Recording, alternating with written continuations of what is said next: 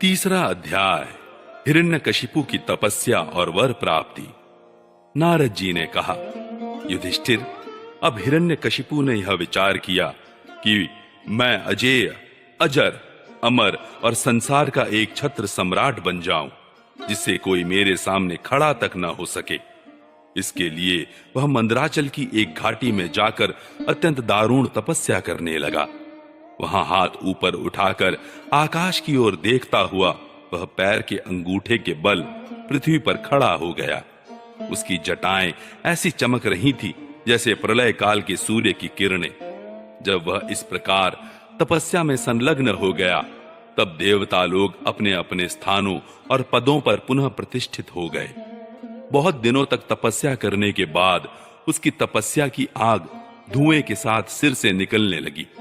वह चारों ओर फैल गई और ऊपर नीचे तथा अगल बगल के लोगों को जलाने लगी। उसकी लपट से नदी और समुद्र खौलने लगे। द्वीप और पर्वतों के सहित पृथ्वी डगमगाने लगी। ग्रह और तारे टूट टूट कर गिरने लगे तथा दसों दिशाओं में मानो आग लग गई।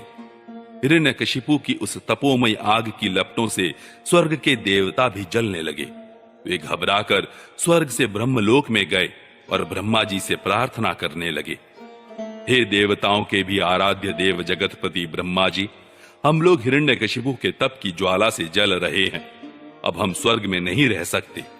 हे अनंत, हे सर्वाध्यक्ष, यदि आप उचित समझें तो अपनी सेवा करने वाली जनता का नाश होने के पहले ही यह ज्वाला शांत कर दीजिए।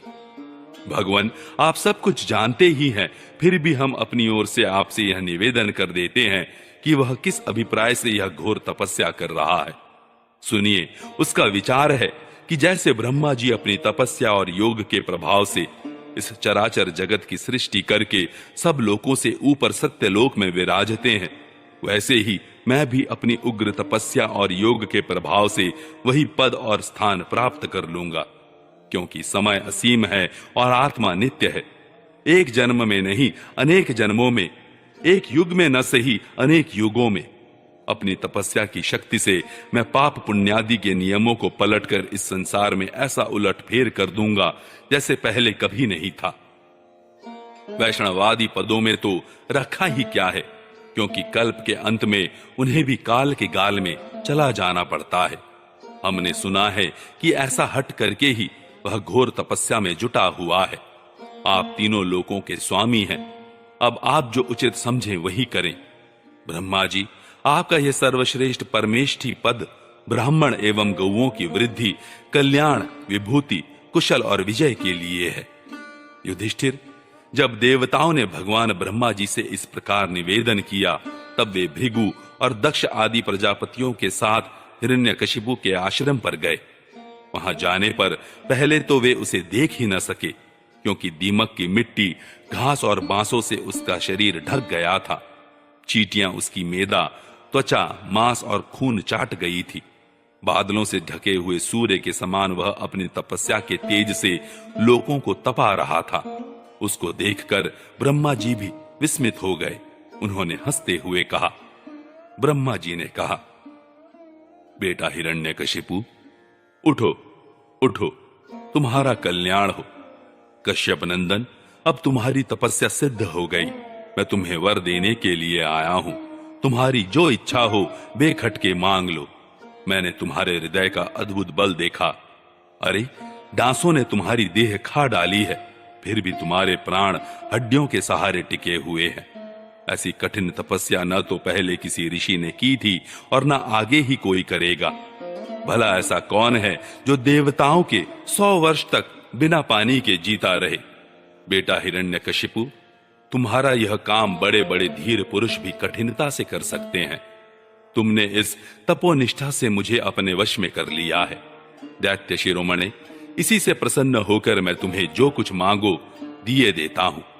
तुम हो मरने वाले और मैं हूं अमर, अतः तुम्हें मेरा यह दर्शन निष्फल नहीं हो सकता। नारद जी कहते हैं, युधिष्ठिर, इतना कहकर ब्रह्मा जी ने उसके चींटियों से खाए हुए शरीर पर अपने कमंडलू का दिव्य एवं अमोघ प्रभावशाली जल छिड़क दिया। जैसे लकड़ी के ढेर में से आग जल उठे, वैसे ही वह जल छिड़कते ही बांस और दीमकों की मिट्टी के बीच से उठ खड़ा हुआ। उस समय उसका शरीर सब अवयवों से पूर्ण एवं बलवान हो गया था। इंद्रियों में शक्ति आ गई थी और मन सचेत हो गया था। सारे अंग वज्र के समान कठोर एवं तपाए हुए सोने की तरह चमकीले हो गए थे। वह नवयुवक होकर उठ खड़ा हुआ। उसने देखा कि आकाश में हंस पर चढ़े हुए ब्रह्मा जी खड़े हैं। उन्हें देखकर उसे बड़ा आनंद हुआ। अपना सिर पृथ्वी पर रखकर उसने उनको नमस्कार किया। फिर अंजलि बांधकर नम्र भाव से खड़ा हुआ और बड़े प्रेम से अपने निर्निमेष नयनों से उन्हें देखता हुआ गदगद वाणी से स्तुति करने लगा। उस समय उसके नेत्रों में आनंद के आंसू उमड़ रहे थे और सारा शरीर पुलकित हो रहा था। हिरण्यकशिपु ने कहा, कल्प के अंत में यह सारी सृष्टि काल के द्वारा प्रेरित तमोगुण से घने अंधकार से ढक गई थी। उस समय स्वयं प्रकाश स्वरूप आपने अपने तेज से पुनः इसे प्रकट किया। आप ही अपने त्रिगुणमय रूप से इसकी रचना, रक्षा और संहार करते हैं। आप रजोगुण, सत्वगुण और तमोगुण के आश्रय हैं। आप ही सबसे परे और महान हैं। आपको मैं नमस्कार करता हूं। आप ही जगत के मूल कारण हैं। ज्ञान और विज्ञान आपकी मूर्ति है। प्राण, इंद्रिय, मन और बुद्धि आदि विकारों के द्वारा आपने अपने को प्रकट किया है। आप मुख्य प्राण सूत्रात्मा के रूप से चराचर जगत को अपने नियंत्रण में रखते हैं। आप ही प्रजा के रक्षक भी हैं। भगवान, चित्त, चेतना, मन और इंद्रियों के स्वामी आप ही हैं। पंचभूत, शब्दादि विषय और उनके संस्कारों के रचयिता भी महतत्व के रूप में आप ही हैं। जो वेद, होता, अध्वर्यु, ब्रह्मा और उद्गाता इन ऋतविजों से होने वाले यज्ञ का प्रतिपादन करते हैं, वे आपके ही शरीर हैं। उन्हीं के द्वारा अग्निष्टोम आदि 7 यज्ञों का आप विस्तार करते हैं। आप ही संपूर्ण प्राणियों के आत्मा हैं, क्योंकि आप अनादि, अनंत, अपार, सर्वज्ञ और अंतर्यामी हैं। आप ही काल हैं। आप प्रतिक्षण सावधान रहकर अपने क्षण, लव आदि विभागों के द्वारा लोगों की आयु क्षीण करते रहते हैं। फिर भी आप निर्विकार हैं, क्योंकि आप ज्ञान स्वरूप परमेश्वर, अजन्मा, महान और संपूर्ण जीवों के जीवनदाता अंतरात्मा है। प्रभु, कार्य, कारण, चल और अचल ऐसी कोई भी वस्तु नहीं है जो आपसे भिन्न हो। समस्त विद्या और कलाएं आपके शरीर हैं। आप त्रिगुणमय माया से अतीत स्वयं ब्रह्म हैं। यह स्वर्णमय ब्रह्मांड आपके गर्भ में स्थित है। आप इसे अपने में से ही प्रकट करते हैं। प्रभु, यह व्यक्त ब्रह्मांड आपका स्थूल शरीर है। इससे आप इंद्रिय, प्राण और मन के विषयों का उपभोग करते हैं, किंतु उस समय भी आप अपने परम ऐश्वर्यमय स्वरूप में ही स्थित रहते हैं। वस्तुतः आप पुराण पुरुष, स्थूल सूक्ष्म से परे ब्रह्म स्वरूप ही हैं। आप अपने अनंत और अव्यक्त स्वरूप से सारे जगत में व्याप्त हैं। चेतन और अचेतन दोनों ही आपकी शक्तियां हैं। भगवान, मैं आपको नमस्कार करता हूं।